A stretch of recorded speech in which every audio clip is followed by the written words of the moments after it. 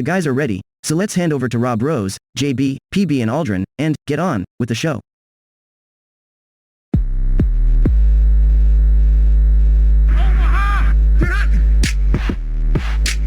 Welcome to the Club Dub Football Podcast, where the only question is, does your team make it into the club?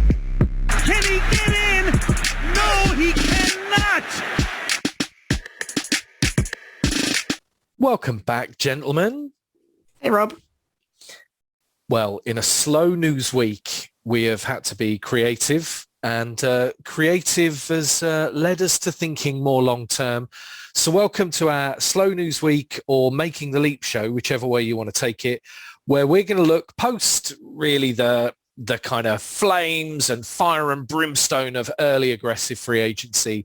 And now looking at the draft in the rearview mirror, we're basically looking to pick the next Cincinnati Bengals, who are the teams who have made sly moves in both free agency and the draft and are now ready to make an enormous leap from last season's whipping boys to genuine contenders in 2022. So basically what we have here is a bit of time to roll around our virtual room and see which teams we think fit in that bracket. So if everyone is sitting comfortably and we're all ready, Aldrin, you know where I'm heading. Tradition dictates I come to you. Indeed. And I get to pick the easiest, most obvious taking a leap team. And it has to be the Jets, doesn't it? I mean, there's lots of other teams that you're going to pick. I know James is going to hate it because I go first, so I pick all the easy ones. But yeah, I think the Jets have made a monumental leap through the draft. And I think, was it you, James, or Phil last week that mentioned, they went and got the best player at cornerback, the best wide receiver, one of the best defensive ends, and then the best running back in the draft. And I think that was absolutely true. If you ranked all those players, they would absolutely be top of their peers in each of those positions. So I think they just had an absolutely phenomenal draft. And it's the kind of draft that I think you need to have. If you went all in last year on Zach Wilson and, you pick him as the guy long term and you believe that he can turn that franchise around, which is obviously what they thought, because, there was other quarterbacks in the draft and they were pretty adamant that Wilson was the guy.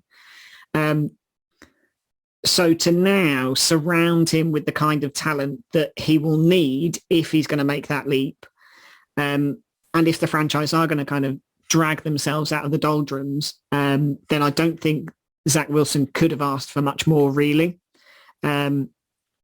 Also, I do think the one thing that goes a little bit under the radar is how well the Jets actually did in free agency as well. They picked up some really, really good players. I'm thinking they picked up Tyler Conklin. They picked up Solomon Thomas. They brought back Joe Flacco, which I think is a really shrewd move, not necessarily for him playing, but, again, having that kind of mentorship for Zach Wilson.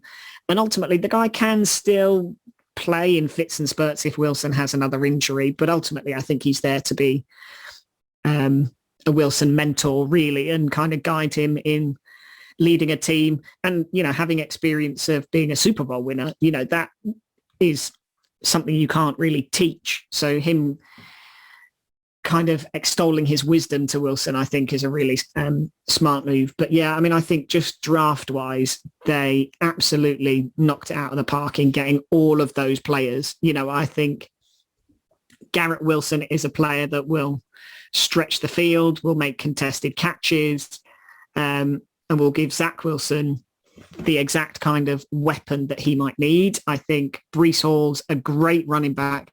I was really high on Carter that they got last year from North Carolina, but I do think maybe he might fit better in a 1-2 punch. That's what he did at North Carolina. They had the two guys at North Carolina and they were both incredible, and obviously both got drafted pretty high in last year's draft. But yeah, I think pairing Carter with Hall is a really nice tandem. And yeah, I just think overall, the kind of players they brought in was exactly what they needed, exactly when they needed. And yeah, I think it would give Jets fans an awful lot of hope for the season because you now go in thinking, okay, well, we've got plenty of weapons around Wilson. We've got plenty of good players on defense that Robert Saleh can work with and mold and turn into a really beastly unit. So you really do think that they've got all of the pieces that they need to get back to winning ways and become more of a force. I'm certainly not suggesting that they're going to make a Cincinnati Bengals leap, but maybe they could. You know, they've got those kind of pieces that the Bengals added. The Bengals added, you know, a couple of good receivers and a quarterback, and then some other pieces in and around defense, and suddenly they became a Super Bowl team. So I don't think it, as unlikely as it might seem based on just everything we've seen from the Jets over the last 5, 10, 15 years, however far back you want to go, they've actually now, it feels like, got a really solid core of players and the right kind of coach that could put them back where they want to be. It's funny, the comparison between the Jets and the Bengals, because, I mean, the Jets went into free agency with, the 6th most, I think, cap space in the league, despite a number of historically poor contracts that they were trying to work their way out of. But the reason I mention that cap space is, on the one hand, you kind of look and think they might have overpaid for a few players. So CJ Uzama from the Bengals, who had a great year last year, signed 3-year, $24 million. But then you look at those kind of players and think, actually, with what they've done in the draft, you could probably add, you know, bringing back Braxton Berrios and then signing Tomlinson. They've ended up really bringing in the players that absolutely are proven starters, absolutely helping key areas of need, like adding safe pairs of hands for a young quarterback, like we've talked about. As much as it looked slightly underwhelming in the kind of free agency phase of the offseason, now you add those draft picks, you do start to look at that and think, overall, on balance, they might just be the winners of the offseason for me. And great that actually for the Jets, they don't go into this season with coaching controversy or any pressure on Saleh, because that has just been like a revolving door in New York, a bit like, you know, the Miamis and the Houston Texans of this world. You know, if they can find a coach that actually sticks for the next 2 or 3 years with the type of pieces they're starting to put in place, do they need to be fearful of the Patriots and other teams, you know, year in, year out, who've been the obvious kind of divisional winner? I think, yes, they've got a few challenges in that division with teams like Buffalo, but actually imagining that they could beat out a Patriots or a Dolphins to get into the playoffs, I mean, isn't impossible. And like you say, from there, you know, is something like a Bengals style run going to be possible for the Jets of New York? I think it's a tall order, but on paper, they certainly look an awful lot better than they were 12 months ago. Yeah, I think just the only addition to what you just said for me is, I think you said it a couple of weeks ago, Rob, you know, cap space doesn't win you anything. You know, you need to ultimately bring in players. And if you pay slightly over the odds for CJ Uzama, but you need a pass catching tight end, then ultimately you pay the money, you get the player. So I think you've got to spend your cap space. Ultimately, it doesn't help you in the long run if you've just got a big stockpile of money. So I can see the sense in it. And the other thing, actually, with Uzama at tight end and Tomlinson at guard is you only think they've overpaid because both of these players have maybe durability concerns. Actually, when they're fitting on the field, you feel like they're worth every bit of, you know, the 24 million and the 30 odd million they've paid. But yeah, if they can keep key players healthy, I think they've got every chance. And actually the argument, if you can keep key players healthy, is probably the same argument with every single NFL team. You know, injuries, as we saw last season with the likes of the Ravens and the Vikings, the Giants, and even, where was it going? The Dolphins, you know, can have a massive impact on a season if you lose key players early on. JB, thoughts? You were keen to go Jets. So what were your thoughts on where New York and the green side of New York, at least, how they're looking for the year ahead? I kind of agree with every point that Aldrin made, almost as if I was sat here ready to make all of them myself when it got to my turn. Should have prepared better for that. But yeah, I think the Jets are the most obvious choice from this. I think having a team having that many high draft picks isn't unusual because we've seen the Rams do it previously. We've seen the Vikings do it previously. The big difference is having those draft picks and coming away with what is universally regarded as good, solid picks for it. And like Aldrin's quoted me quoting somebody else, but that is essentially what the Jets did. They got top or very near the top at every position group they wanted. It's really hard to argue with those being good choices for the field. There's a lot of hype being generated around Zach Wilson. You know, is he going to be the quarterback to make the leap in the second year?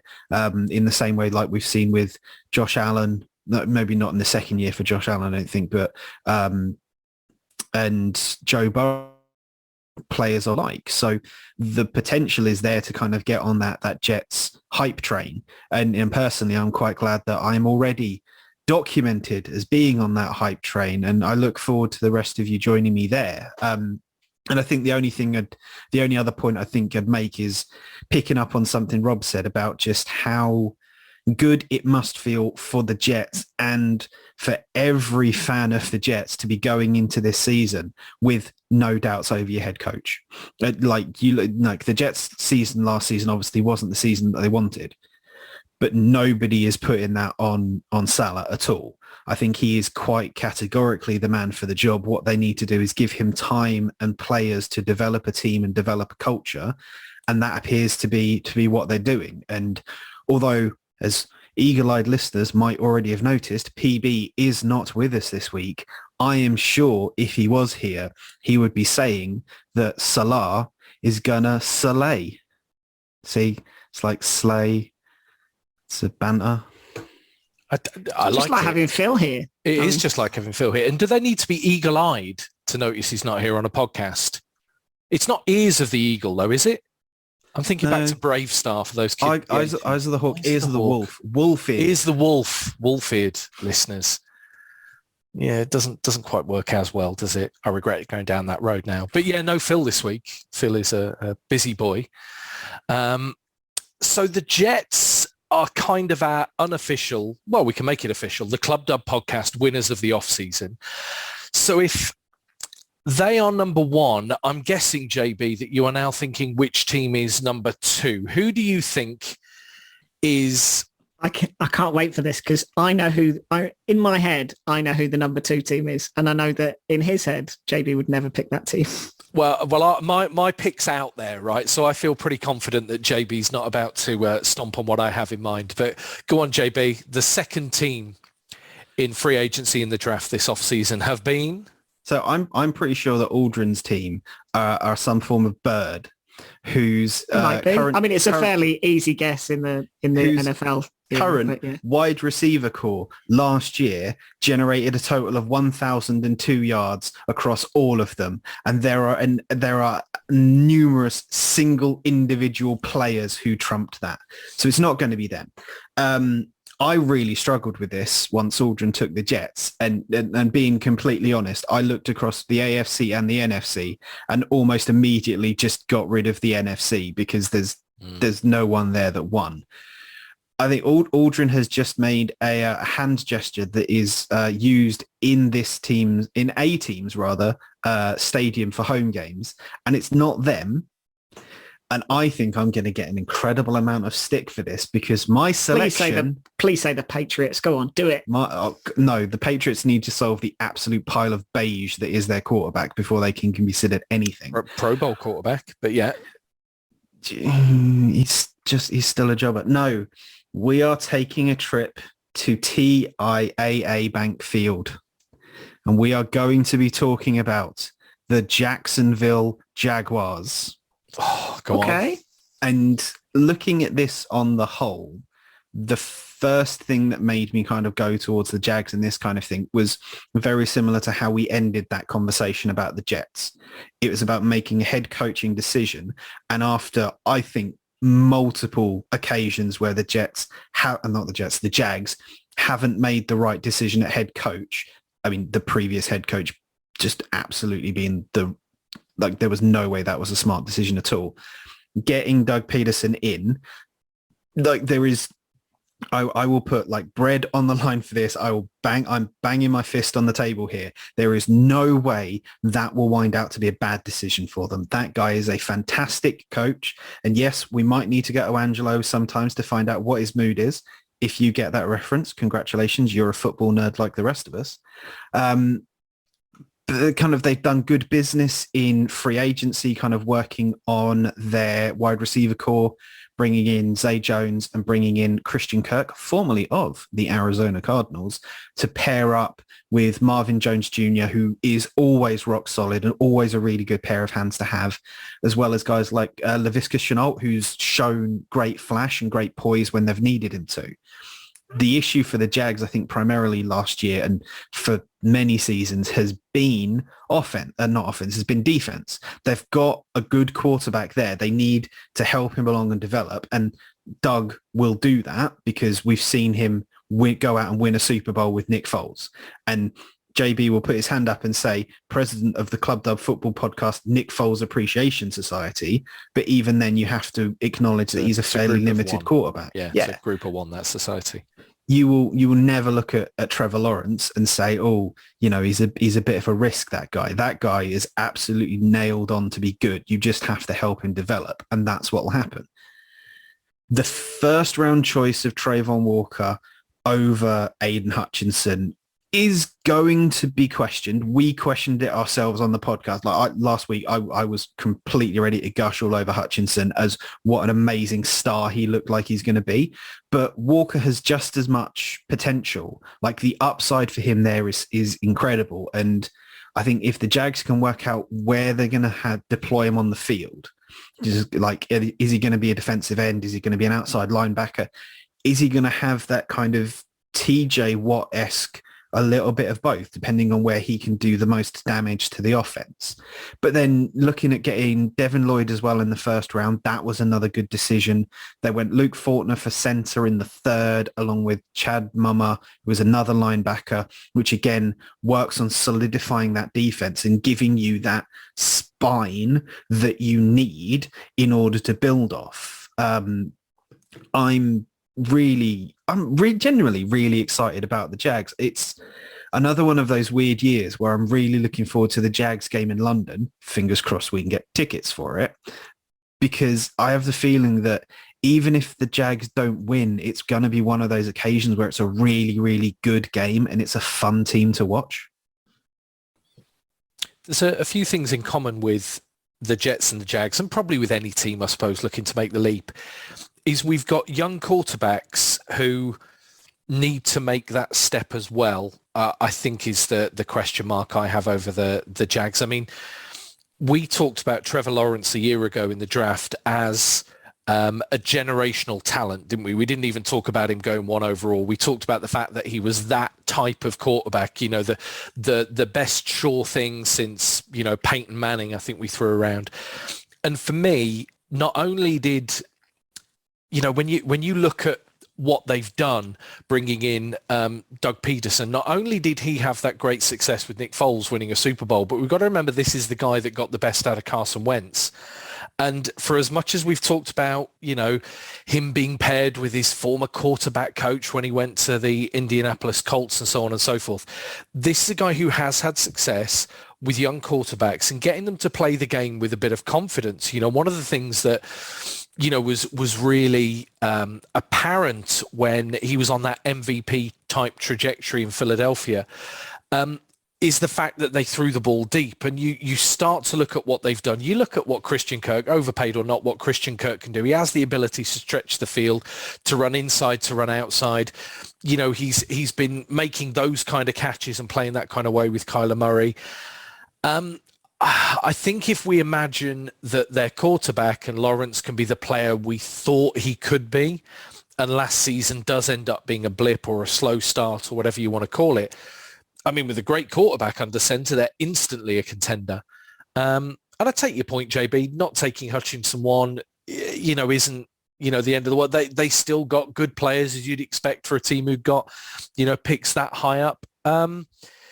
bigger question mark than the Jets, but I think we'd all agree with that, hence why the Jets were the first team taken off the board. But I can see it, and I'd love to see it. Like you said, with them being in London and in a way, them being London's team, I always think the NFL season is more fun when the Jacksonville Jaguars are performing the way, fans would want them. If they're having a good year, it kind of changes the dynamic of those games in the UK for me. Yeah, I mean, I guess Walker's is the biggest question mark, I think. And it was just because of, how quickly he rose up people's draft boards because of the way he tested at the combine, rather than if you look at his tape at Georgia and you say arguably he wasn't even the best, pass rusher on that team, So I think if you look at how he played in his game tape, wouldn't suggest that he would be the guy you'd take over Aiden Hutchinson and Kayvon Thibodeau. But equally, time may tell at the NFL level, some players don't work out and some players do. And it's that age-old question of, testing against film. How does somebody come out of the combine and you look at all of the physical attributes and go, well, I can coach the other stuff. Or do you look at the game tape from college and go, yeah, he dominated college players, and then have the question mark of whether they can repeat that success at the NFL level. So I kind of get it. I mean, it's a swing. It does feel like a big swing, but he feels the biggest boom or bust player, I guess, really, particularly when you take him that high. But yeah, I don't mind the stuff that they did in and around the draft. I think they added some good players. I think they had a pretty good off season in terms of players that they brought in through free agency. And again, goes back to they've overpaid a bunch of players, but equally they had the money to spend. So, they needed a slot receiver. They've got a slot receiver. Yeah, they needed other players. They brought other players. It doesn't win you games having cap space sat on the board. So yeah, I think overall they had a pretty good off season, but I maybe wouldn't have ranked them that high as JB has. I certainly felt there's a couple more teams that I might have picked as having better drafts. My own team included, maybe, but I see the Colts I did circle around. One of the teams you're talking about is just flat out wrong. I think for me, the X factor for the Jags' success is Travis Etienne, because obviously we first round pick last year, who we like have a brand not new seen. draft pick, isn't it? Yeah. It's like another first rounder.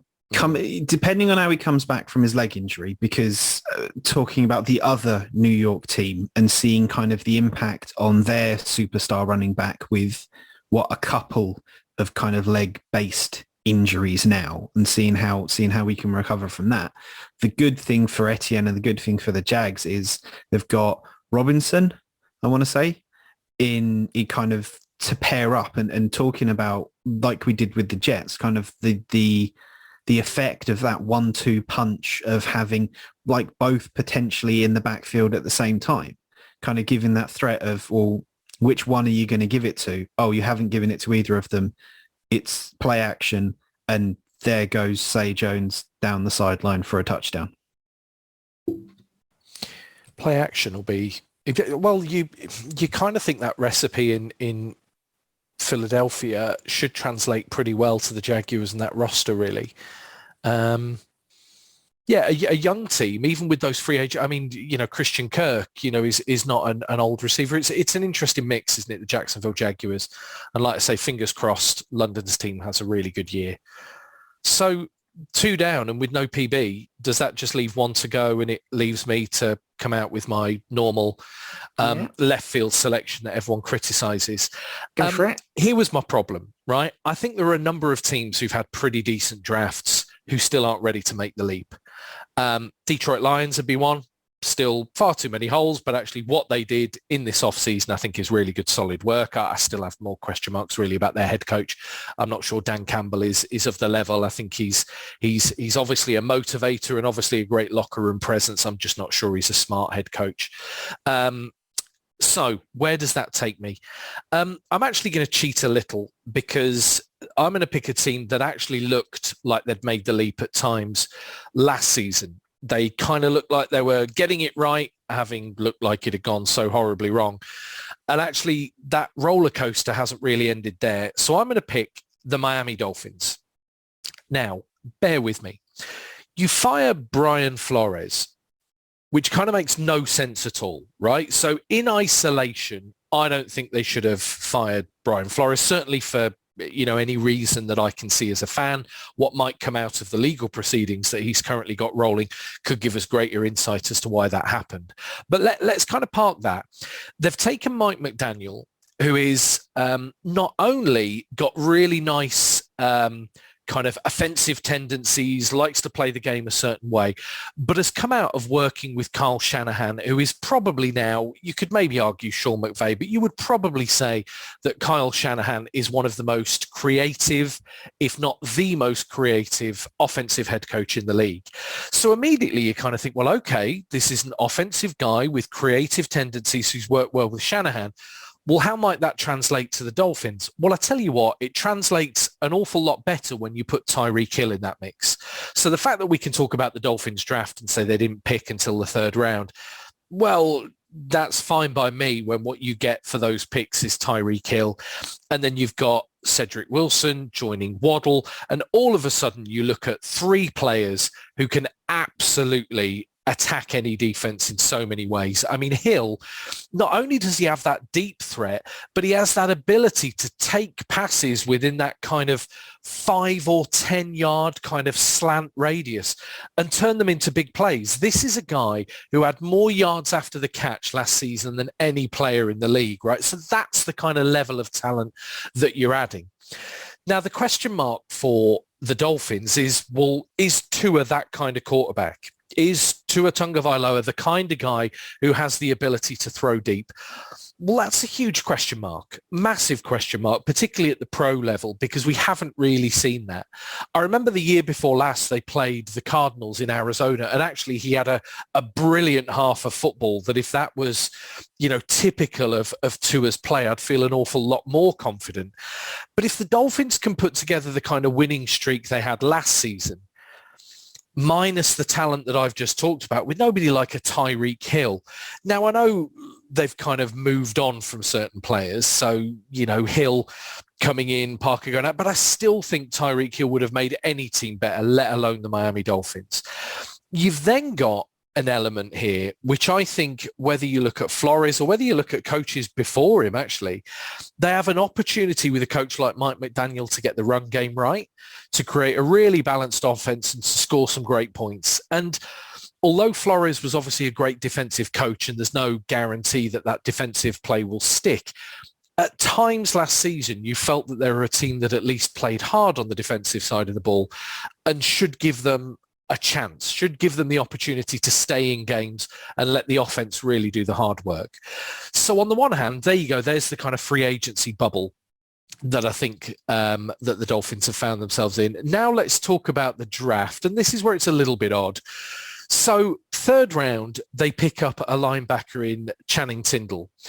And it's an odd one because at Georgia, he wasn't really the standout linebacker in that team, right? Even in that, he was a starter stroke rotation player.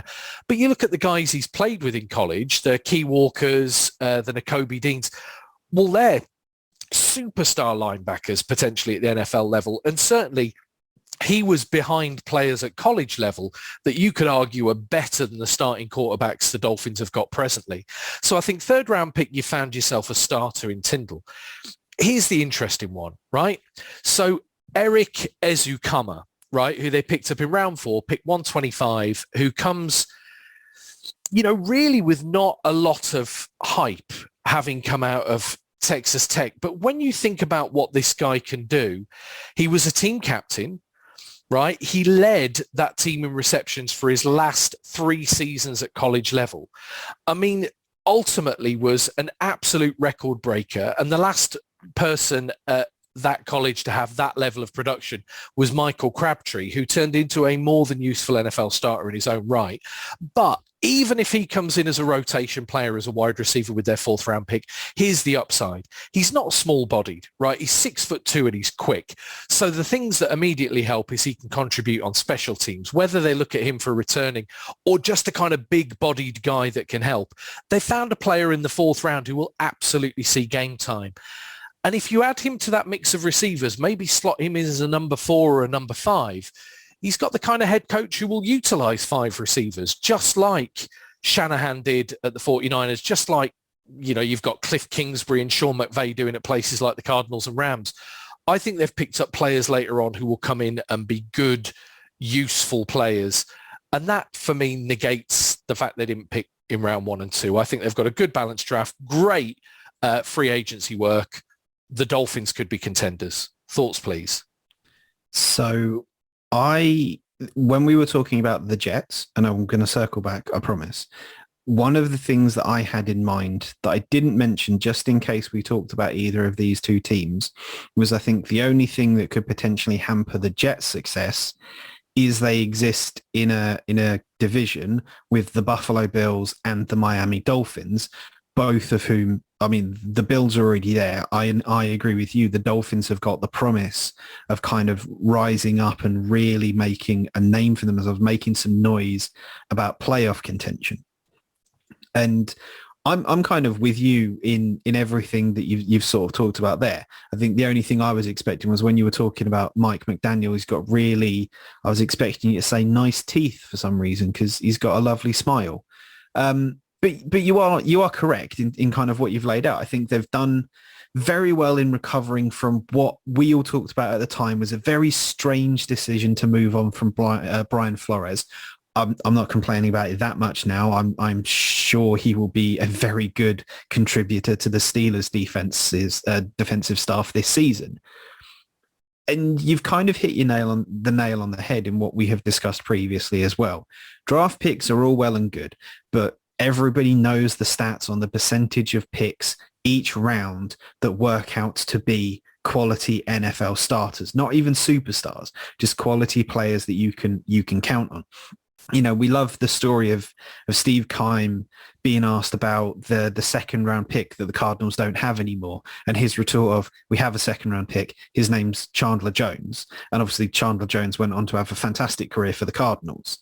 If you're saying the Miami Dolphins didn't have a first round pick this year, that's very different to the Miami Dolphins with their first round pick got Tyreek Hill, a guy who is, as Robert said, not only quick, sudden is probably a better description for it, but the vertical leap that guy's got for his size is incredible. I've seen him catch the ball over players that have got a good 4, 5, 6 inches in height on him, and he's got springs in his legs. It is incredible, and he is a weapon that Patrick Mahomes is going to miss and that the Dolphins are absolutely going to find a way to utilize.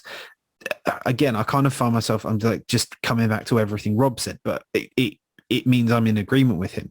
If you look at the eternal, well, it's probably going to be the eternal, who's the better coach, Kyle Shanahan or Sean McVay argument, there is an element that says Kyle Shanahan is the better coach because look what he can do amazing things with versus what Sean McVay can do amazing things with as well. Like Sean McVay's got Matt Stafford and Aaron Donald on the team and all of the fantastic superstar players that the Rams bring in. That's great.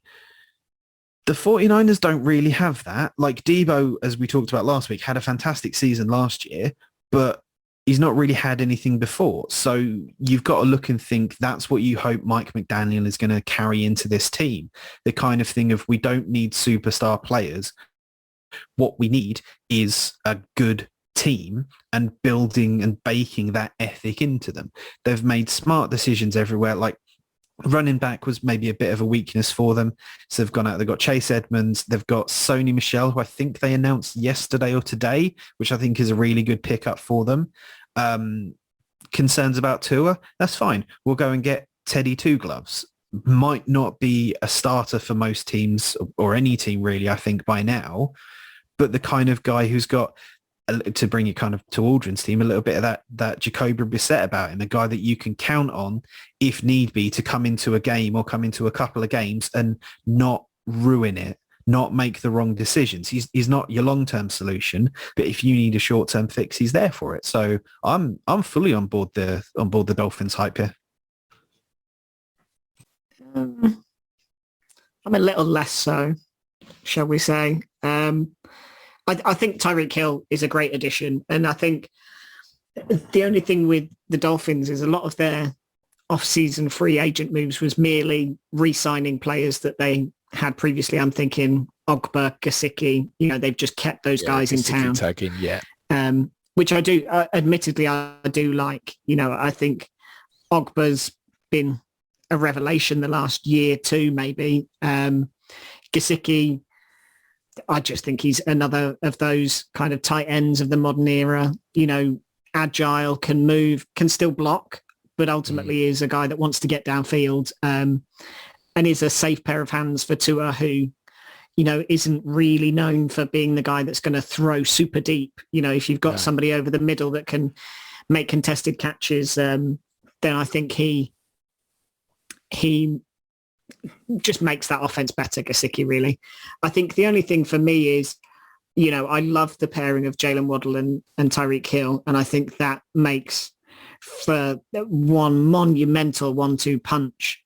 I don't know. I just think if we're talking about winning the off season, they didn't have a lot of draft picks this time around because of bringing in Tyreek Hill, and ultimately you can easily give away draft picks for known entities because draft picks are never a guarantee, and I think Tyreek Hill is a guarantee.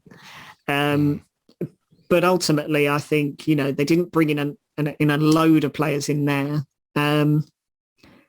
So I don't know. I think they've added an absolutely top-tier, stellar player in Tyreek Hill, but ultimately not a whole lot else, to my mind, that changes the face of the franchise. I think Tyreek Hill potentially does that. But ultimately, I think we'll now see how potent Hill can be without Mahomes. And I think that's always the eternal question whenever you have incredible players that have performed really well or incredible players that perform with really great coaches. You always have that. Is it the quarterback or is it the coach or is it the player themselves? And I think that will be the real marker of whether they've got value in this draft and this offseason, is whether or not he can replicate the performances and success that we've seen at the Chiefs with what is ultimately a significant downgrade in quarterback. That's my only question mark on it. But I think I love the moxie to go and get a player like that and put more players in and around Tua, and ultimately throw your backing behind Tua when everything. If I was a betting man this time last year, I would have said Deshaun Watson would have been their quarterback. But I think if they're going to stick with Tua, they've gone all in and they have given him the weapons. It's just whether or not he replicates that is my thing. Do you not think, though, and this is only a small point, really, because it's been touched on in other ways already. I appreciate the argument about Hill makes the Dolphins better, like Tyreek Hill would have made pretty much any NFL team better, right? I get that. But thinking about the wide receivers who have moved and got mega money and been traded for huge amounts of draft capital and so on. So you think like Devontae Adams, you think, I don't know, I suppose on draft night we had a couple move as well, didn't we? It's been a really kind of exciting picture in the off season. Do you not think, though, of all the wide receivers that have moved, when you look at Tyreek Hill and you look at McDaniel and what he's going to bring and the way that he builds an offense, do you not think it's not only about being a great wide receiver, but a little like the Deebo Samuel comparison you just made, JB? Is it not how Hill can be used in that Dolphins offense? Because if you take, I don't know, if you went kind of, obviously the two trades on draft night for Brown and Brown, like I said, Hollywood Brown, or wide receiver Brown, as I'll continue to call him, I don't think is a game-changing talent. But let's say A.J. Brown and the likes of Devontae Adams are. They're wide receivers of a certain type. They're wide receivers in a certain mold, in what they can do. They're some of the best at it. But Tyreek Hill's just such a one-off, with what he can do. Like you say, JB, he can go up and catch a ball deep, but he can also catch a short pass, behind the line of scrimmage for 4 or 5 yards and turn it into a 40-yard gain. I can just imagine McDaniel didn't say we need to go out and get a better wide receiver. I just imagine he said we need to get Tyreek Hill. We need that guy because of what we can do with him in the type of offense I want to make. And I think Tyreek Hill could have landed in other places where he would not have been anywhere near as effective in the season coming. I do take your point. A lot of quarterbacks are a big step down from Mahomes. I think Tua's definitely one of them. But I just think what they might be able to do with that offense in Miami is exciting. Really exciting. And like you say, Waddle on the other side and the players they've got in the mix there, I just think it makes for a really exciting season. For a team that won a lot of games last year, I can see them winning even more this year. So, I agree with you on Hill there. And I think the interesting thing to consider is, again, if we look at, you did a very good job of kind of breaking down draft picks and stats and everything like that for the Dolphins draft picks there. Stats for Hill, regular season last year, 111 receptions for 1,239 yards and 9 touchdowns, which is 11.2 yards average per reception, and his longest was a 75-yard touchdown. Rushing, it was 9 attempts for 96 yards at 10.7. Now, that's a guy that you can use. That is absolutely skills that can be, and you have to assume will be something. And I think we are starting to see it more and more. Pause on calling it like a two-way player, like you used to see in the old days of, was it Deion Sanders when he'd play offense and defense, or the era of the Iron Man. Yeah. Oh, what was his name? Darryl Thingy, who played for Washington. Darryl Green, who also used to do the same, similar kind of thing. Hill can contribute as a receiver. He can contribute as a rusher. He can contribute as a returner if you really, really need him to. He is, what's the old saying? He is a guy that you absolutely have to have a hat on. You need to know exactly where he is every time everyone lines up. And if you've got one person automatically assigned to that thing, that's cool. That's one less person you generally need to account for with everybody else. So it's going to be quite exciting to see what happens. So those were our three, and I think they're a pretty solid three. I mean, none of us saw the Bengals coming to the Super Bowl 12 months ago. I wonder if any of our picks will be right. Only time will tell. But on this topic, it would be remiss of us not to very quickly look at the slippery slope. Who's gone from contender to pretender? A quick few words around our virtual room to round out. Who are the teams that have gone from competing to effectively basement dwellers in the last month or two? Aldrin, give us your choice. I don't know, because the team that I want to pick, I don't consider a contender, but I think they had a bit of a stinker of a draft, and just as a franchise, they're a bit of a stinker. Oh, go on. The Chicago Bears. I just think for an organization that's all in on Justin Fields, I don't know, the draft was just another pile of garbage. I don't think they didn't get a receiver until round 3. And they're bereft of receivers, really. Offensive line help. I just think there were so many holes in that team, and I don't know. They're just. I'm not surprised, but again, they just kind of picked, I don't know, less than stellar players, and certainly didn't feel like they addressed needs that they had that would have helped Fields. And I don't know, just harks back to last year. I don't know if you all remember when they announced Justin Fields was going to the Chicago Bears, and all the pictures of him wearing Bears gear was like not a happy chap. And I think a year removed, I don't think he'll be any happier on draft day. I just think, if you're going to go all in on this guy, and, I was really high on Justin Fields last year, and I still think he can be a really, really good quarterback, but not if you don't give him any help at all. You've got to give him something. So the Bears, our first basement dwellers, and only a couple of years removed. I mean, they're only a season removed from being a playoff team, of course. That was with Mitchell Trubisky under center. So, I'll give you that. They are tumbling, or at least in our mind, they are tumbling. So the Chicago Bears are our first basement dweller. Who is our second, JB?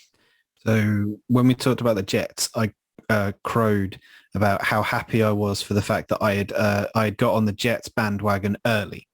So I think it is only fair that I also reference a different team in a different wager I made, where I am now really starting to feel quite bad about, because let's go to Washington State and let's talk about them Seahawks, because just what are they doing? I mean, I say, what are they doing? I know what they're doing. They're sticking to the Seahawks philosophy of drafting Seahawks players, sticking to the run, all of that kind of stuff. And all of that worked really, really well when you had Marshawn Lynch and Russell Wilson. And you do not have Marshawn Lynch. And I'm sure Jacob Eason, Levi Lewis, Drew Lock, and Geno Smith are lovely people, but not one single one of them, not two of them combined, make one Mr. Unlimited. And I kind of just feel like the Seahawks have just messed the bed, because they've got very little on, like they've got very little on wide receiver. They've got Tyler Lockett at wide receiver. DK Metcalf is like, is he going to be traded? Is he going to play? He's not the player that they were expecting that they were going to draft when they got him. At tight end, they've picked up Noah Fant from the Broncos. You would hope if they're starting Drew Lock that they retain a little bit of that Broncos chemistry together. But it's kind of like rearranging the deck chairs on the Titanic a little bit. I kind of feel like it's all going to end badly. Yeah, I don't know. As a Cardinals fan in the NFC West for all these years, I never like to count out the Seahawks. A bit like the Patriots, they've been so competitive for so long, and you felt like they were always coached up and, always ready to play. But they do look, well, we said it, didn't we, at the end of the season, like a team who are rebuilding, only they've not quite realised yet. They seem to be sleepwalking into a rebuild with a coach that's not going to be there in 5 or 6 years. And yeah, it's one of those outside looking in. It doesn't make an awful lot of sense. Baker Mayfield would improve their team quite a bit.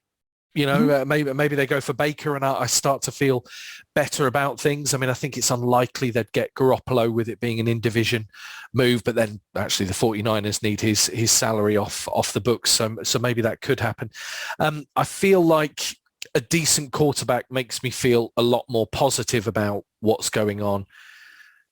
But yeah, I can't see. You know what? I actually don't mind their draft though. I think their draft was pretty good. They got some good players there. I think Charles Cross is one of the best tackles around. They got Maffei in round 2, didn't they? And a running back. I think they got some good players. So but look at who they let walk. Bobby Wagner. Don't get me wrong. I think off-season wise, terrible. All of the decisions were stupid. But ultimately, draft-wise, with what capital they had, the players that they got, I don't hate. But I do think they're a million miles away from competing. I'm totally with James on that. But draft-wise, they did okay. But every other personnel decision this off-season's been rubbish and put them in a significantly worse position for years. Yeah, I'd probably agree. And I'll just round out really quickly with it. Now, there's a few teams who, actually we've just talked there about Russell Wilson, the Broncos. If the Broncos weren't in the division they were in, maybe they'd have made our top 3. Maybe I'd have them ahead of the Dolphins. But looking the other way, the Atlanta Falcons, what on earth is going on there? And, on the one hand, they miss out on Deshaun Watson, which was probably embarrassing. And, too much really was pushed into the public domain of what they'd done and how close they were potentially to getting him before, the Browns effectively just remortgaged the entire franchise on getting a transcendent quarterback. But for me, the Falcons have let Matty Ice go for, negligible compensation in terms of draft picks. They're putting in a backup quarterback that has a relationship with the head coach from their time in Tennessee. But even if they were putting in a great quarterback, even if we were having this Russell Wilson conversation about the Atlanta Falcons, what on earth have they got around a quarterback, or what have they got within that offensive unit that gives you any hope? Cordarrelle Patterson is brilliant. In terms of what he did last season, absolutely, absolutely blew up the expectations that people had of him going into that year. But with a future Hall of Fame quarterback still playing at a high level, he had a great year. Is there enough to say that there's, my concern really with the Falcons is if Cordarrelle Patterson is the best you've got, that isn't great. But I mean, if he's your best receiver and your best running back, I think that only shows you just what big problems they have. I mean, maybe they've got something going on. Maybe they've got a master plan. But ultimately, I just don't see what they've got going for them. Arthur Smith is a guy who got his head coaching gig off the back of, what was a brilliant offense in Tennessee, an amazing running back, some great receivers. And I just don't think he's got anything like the level of talent he would need to try and recapture that kind of level of success. It just feels like if they were poor last season, but broadly competitive, I don't give them a hope in hell. I think they are picking first overall this time in 12 months. I think they made a great trade. Brilliant trade. I mean, yeah, for the Colts. Yeah, it was amazing if you're a fan of Indianapolis. Yeah, brilliant. They got a really good compensation. And I think, it was great. All jokes aside, I think the worst thing about their offseason was just the amount of talent that left. Yeah, and I'm not just talking Matt Ryan for buttons, effectively. What they got back in return is no surefire thing. But you look, Russell Gage and Foye Oluokun both left, didn't they? Yeah. Arguably their two best players. Well, Gage outside was of Matt so Ryan. good. Yeah, Gage was so good down the stretch last season. And They you were the thought, only wow, they've three really players. found something. Yeah. Only three players that you looked at and you thought those guys are worth keeping and building a franchise around. And ultimately, none of them are on that roster now. Yeah. I mean, I think, again, I don't hate the draft. Who they drafted was pretty good. I like Drake London from USC. And I actually think Desmond Ridder's a really good kind of quarterback value in the third round because, he's got a lot of the physical attributes that you want to build around. He's got some good experience and he's a good potential player. So third round, pick a quarterback that might turn out and ultimately could well beat out Marcus Mariota in 4 months' time. I do love you talk about the coach and the quarterback have got a relationship. The last relationship was the coach saying, you're not good enough to start. You're going to be my backup from now on. So, I mean, all of that screams weird, but yeah, I mean, the draft, again, I don't hate because I think they did get a couple of good players. Ebiketie from Penn State, they got on the edge. I like him. So they got some good players ultimately, but again, just a million holes to fill. All of the good players you'd want to build around have gone. Yeah. The players that they brought in are not at the level of those players that have left. So, and they just seem, I don't know, like you said, a bit devoid of a plan. You just don't know what's going on there because there doesn't seem to be any coherent. I know they talk about wanting to get Matt Ryan's contract off the books, but ultimately they've just now saddled with massive cap debt, effectively, is where they're at now. And I think if you think that you can get a few extra pieces in, then build around Matt Ryan because I see, I'm a Colts fan, so I am going to say this, but ultimately I think regardless of where Matt Ryan had gone, I would have always thought that he's got 2 or 3 good years still left in him. Regardless of where he's at, whatever happens, he's got 2 or 3 years of a pretty solid NFL starter performance in him. And you just need to get players around him. But now it just feels like there's no long-term vision for the franchise because there's no quarterback that they're building around necessarily. I mean, Ridder might turn out to be that guy, but it's just all a bit odd, isn't it? They'll be incredibly lucky if he is. I mean, we haven't mentioned Kyle Pitts, who we do love, but a tight end's not going to win you enough games, is it? Yeah. Well, one player doesn't make a team, does it? Oh, no, this is where it comes from. When you're talking about what is the Falcons' plan going to be, I think the Falcons' plan is going to end up being the old Detroit Lions plan of Matt Stafford, chuck it to Megatron. If Megatron's not open, because good luck. They haven't got a Matt Stafford or a Megatron, though, have they? No, I mean, that plan would work is the if problem. you had those two players. Looking down at the running backs, at the wide receivers and the tight ends, the difference-making players that you would look at and say that are there are Cordero Patterson, who did it for one season and has shown no signs that that's a consistent thing he can do, and Kyle Pitts, who admittedly hasn't looked that fantastic. He's not lit the world on fire. I thought he had a good second half of the season. Correct. I love that guy. He's amazing. He's the one that you would count on. Of all of them, he's kind of the player think, okay, we've got Kyle Pitts. At least we've got a chance. But yeah, just banking everything, apparently, on a quarterback who the head coach played one season with, and after 7 games decided, actually, you know what, we're going to go with undoubtedly number 3 on the beigest players in the league list at quarterback. He got outplayed by average Ryan Tannehill, and now he's going to come in. Like, I was talking to some, because one of our work offices is located in and around the state of Georgia, in the Atlanta region. And so talking to some Falcons players at work, and there are several of them that are kind of looking at it and thinking, yeah, 28-3 might actually look quite favourable considering where our seasons are probably going. They'd need a 28-3 lead in most games to be competitive. They've got young Koku, who I just love. Who doesn't love good kickers? They are massively underrated in this league, but I mean, they will need low scoring games because he's their best chance of points. And if you're relying on kicking threes, you're looking to win, 12-9, 9-6, and I don't see they've got a defense that will keep them in games to any degree. Well, considering that was a quick run around the room, we have damned and pretty much buried a number of teams there. We will be back in potentially a couple of weeks' time, depending on how slow the NFL wheel of news could be. We'll be back to speak to you soon and keep you up to date with all the great NFL comings and goings. But yeah, on the next pod, hopefully we say this at the end of all of our pods recently, don't we? Maybe a Baker Mayfield or Jimmy Garoppolo-like story to tell.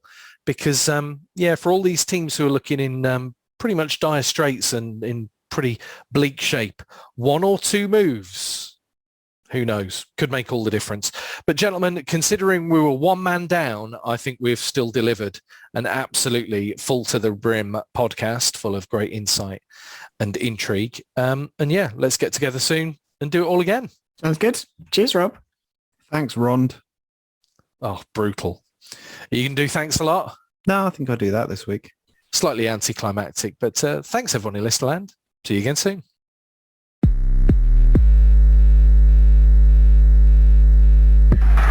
This is amazing. Remember to subscribe and be cool. Tell your friends.